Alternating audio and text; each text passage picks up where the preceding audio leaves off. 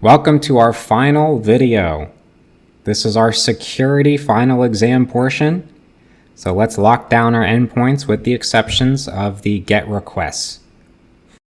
I created a security folder. Let's create our controller.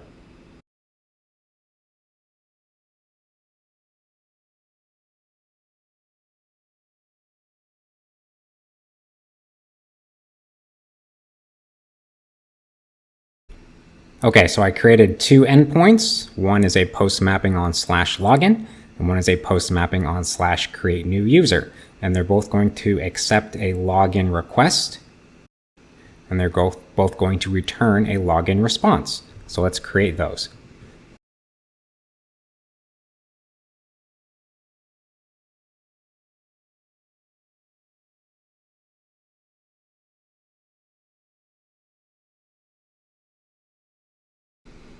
Next up, our login response. This will have our token.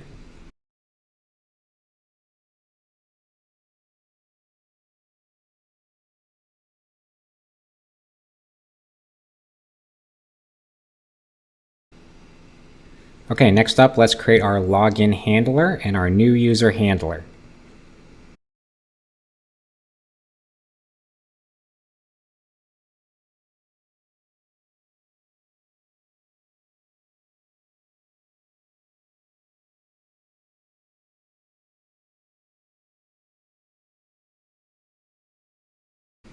And we'll come back to this. And our new user handler.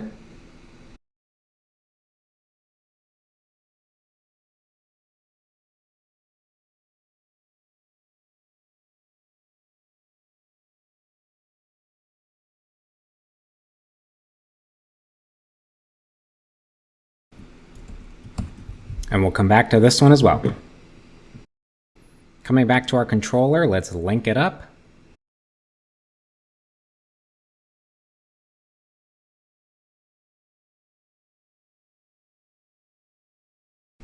Okay, now before moving on, we do need to be able to generate our JSON web token. And unfortunately, all of the videos I showed you just a few months ago no longer apply because they updated everything and they deprecated the old methods. That's okay. I'm going to show you how to do it again. It's very similar, and a simple Google search would be able to yield this information. So first, going to our POM file, you need these four things. So make sure you have all of these. So io.json web token, JJWT-API with your version, io JSON web token. This one has the IMPL, the implementation, JavaX XML bind, and then JSON web token Jackson. So make sure you have all of these. And also make sure you have the dependency of Spring Boot Starter Security. And then do a Maven refresh. I've already done that. Next up, let's create our utility class. I'm going to generate a private constructor. First, let's generate our token. And remember, we pass in the username because that's going to go into our token.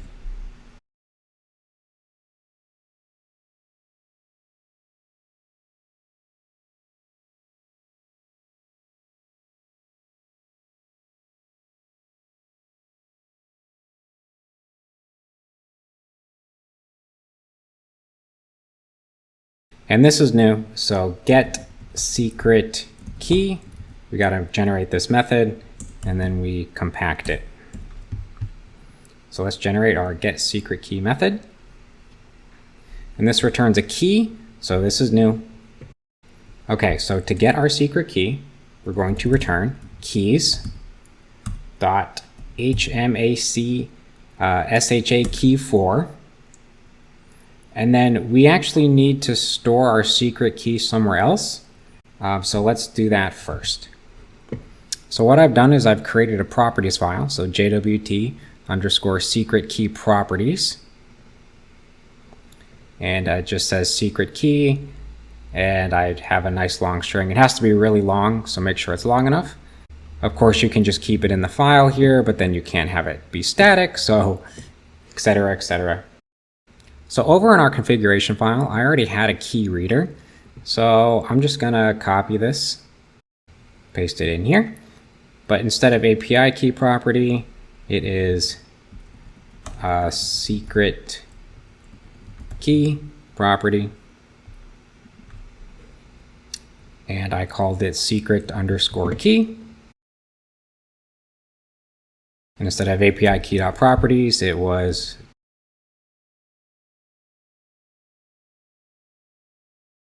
okay, and then we're going to pass that into here. So secret key reader dot get secret key property, and then we need to do a get bytes, and then we're going to use the standard char sets UTF-8. So I know this is a lot, but just copy it for now. You can look up what each one of these things means. Okay, so now we can generate a token. Great. We also want to be able to validate a token. So public static boolean validate token.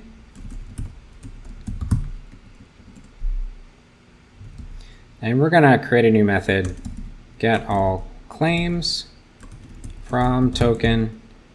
They do a new thing with claims now that we got to manage.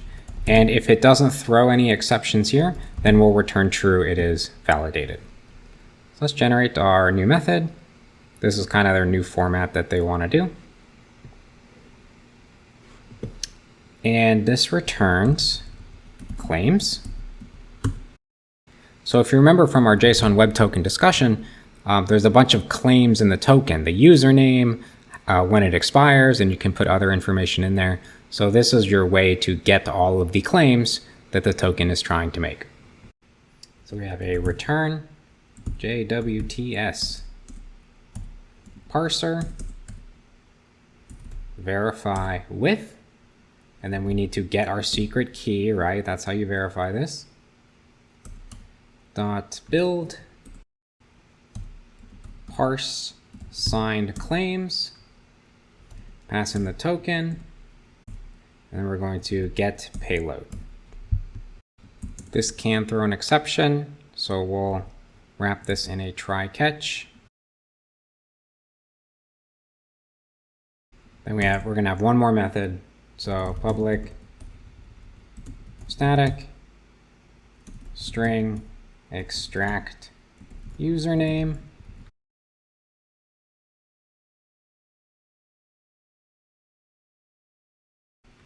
And we're going to do claims, and we're going to actually use the claims this time, is equal to get all claims from our token.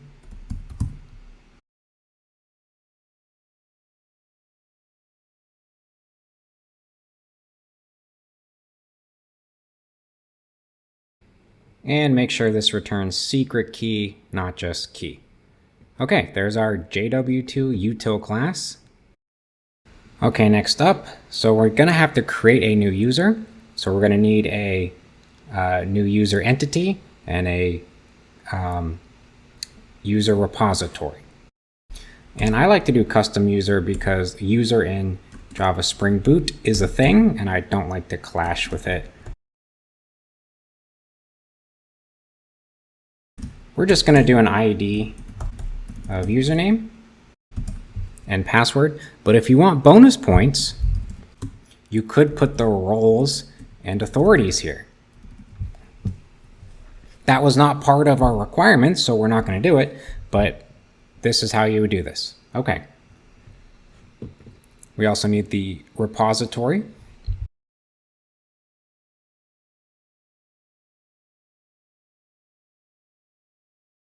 Okay, now let's do our security configuration.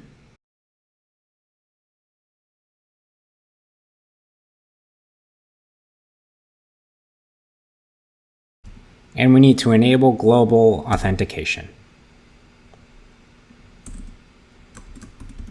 First, we'll need a bean of public authentication manager.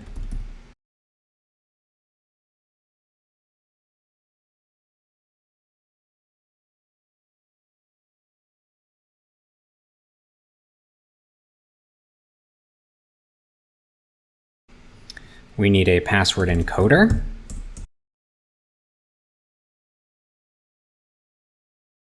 And we'll stick with our bcrypt password encoder. Next up is our big one, the security filter chain. First, we need to turn off cross-site request forgery.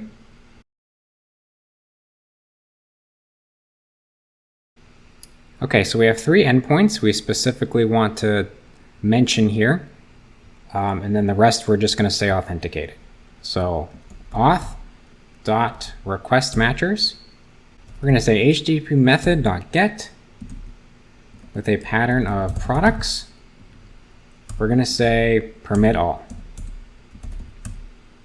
Request matchers, HTTP method dot post. If it's on the login endpoint, we're also going to permit all. Request matchers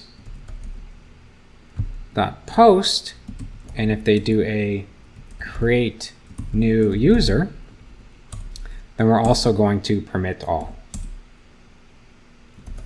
Other than that, every other request, any request, should be authenticated. And we are going to add a filter before. Well, first we need a filter. So bean JWT authentication filter. And we actually need to create this.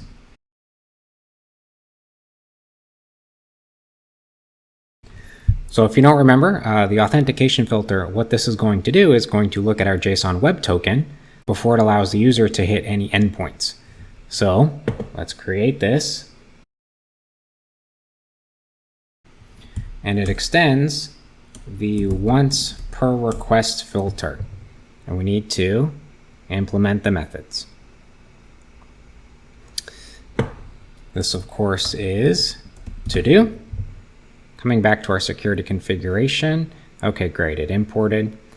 So we're going to pass in our JWT authentication filter and a username password authentication filter.class, and then we build. Okay, and that should do it for our security configuration. This is a chicken or the egg problem. You kind of have to have everything before you can have anything. Let's flesh out our authentication filter.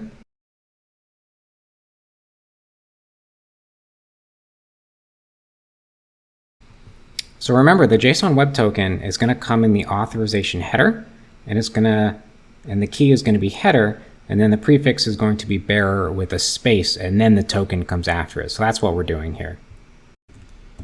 Okay, so our token, our JSON web token, is going to equal, and we need a method. So extract token from header. And we're going to look at the request coming through, and we get the header. And this time we hit the authorization header. Generate the method. So if header is not equal to null, and header starts with our bearer prefix, we're going to return the header dot substring bearer prefix dot length. So it just trims off that bearer prefix, and then we're left with just the token. Otherwise, we will return null. Okay, so now we have our token. So we want to make sure our token, so if token is not equal to null, and then we want to validate the token. So if we say JSON web JW2 util, the thing we just created, we're going to validate the token and pass in the string.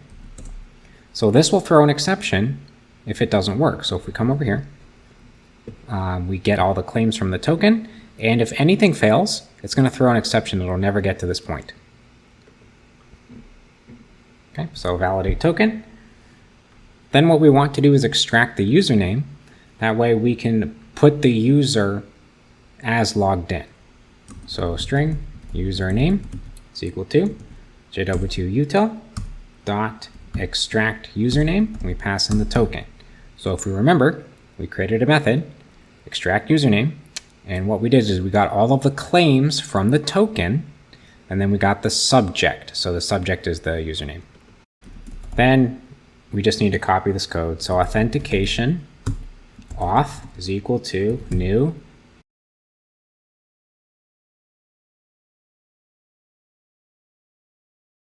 username password authentication token, pass in the username, pass in null for the credentials, we just verified them, and then their roles. So collections dot empty list. So security context holder dot get context dot set authentication. We're going to pass in the auth, and then at this point we're just going to do filter chain dot do filter, pass in the request and the response. So this is just a lot of boilerplate code that we just need to hash out. So now for every request coming through, it's going to validate the JSON web token. Okay, the next thing we need to do is our custom user detail service. New Java class.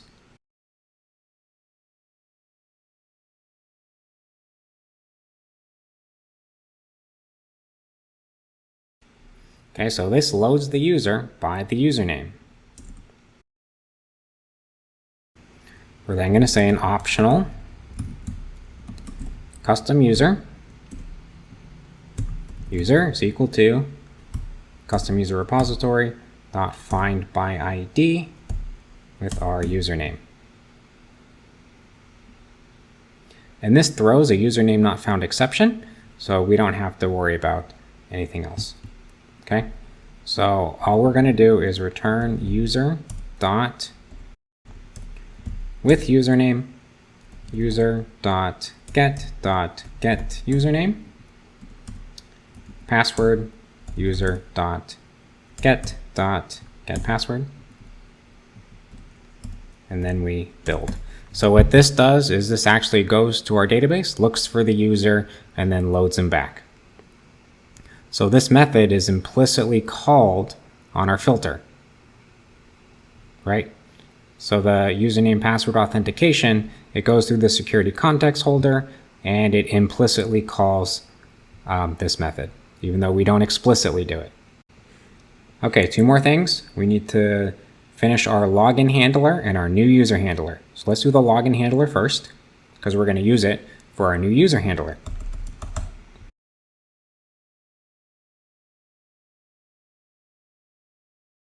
So we'll need an authentication manager. All right, so username, password, authentication token is equal to new. And then I'm going to rename this to request.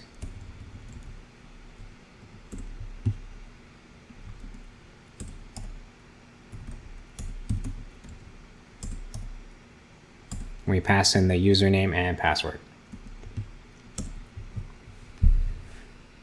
So the user's trying to log in, so they're going to send us a login request with the username and password, and then our goal is to send them back a JSON web token. So then we do authentication. Then we call the security context holder again. Get context, set authentication to the authentication.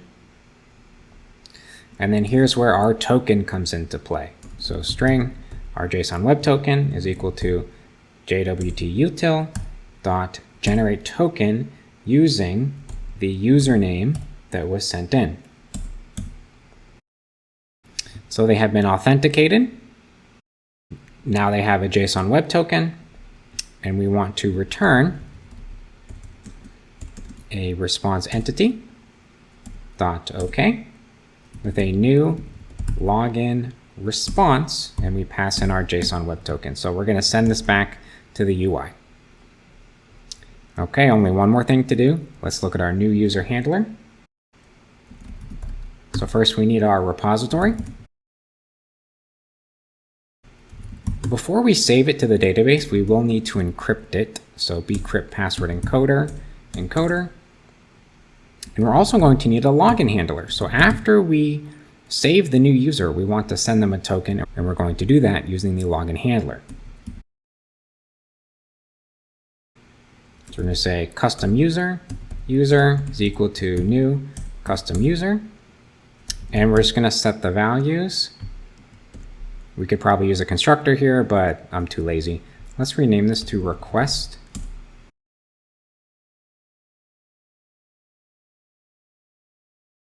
And when we set the password, we actually want to encode it. Encoder.encode, and then we do request.getPassword. We don't want to save to our database plain text passwords. We'll then do a custom user repository.save. And then lastly, we still want to return back to the user a valid JSON web token. That way they can go about their business. So since we have a login handler, we're just going to do login handler.execute, and where we pass in the request. So no sense in writing this twice, right? So this will come, it'll put them into the security context, generate a token with their credentials, and then return back to them. Okay, let's boot it up.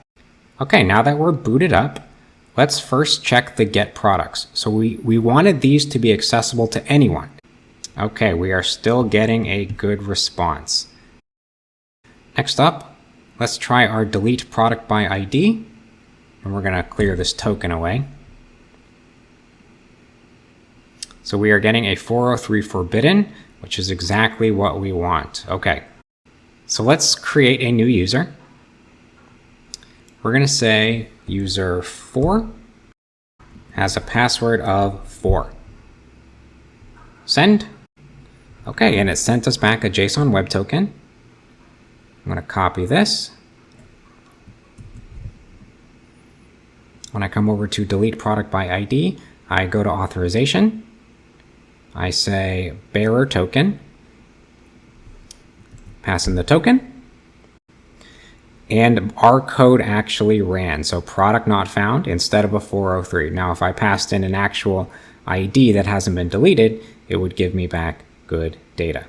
So I created a new user with user4 and a password of 4. Let's see if login works. So user4 with a password of 4. And it does. So login works, new user works, and just to be safe, let's check the database. And remember, we auto-generated our table, but here it is, the users. It's got a username and password, so select star from users.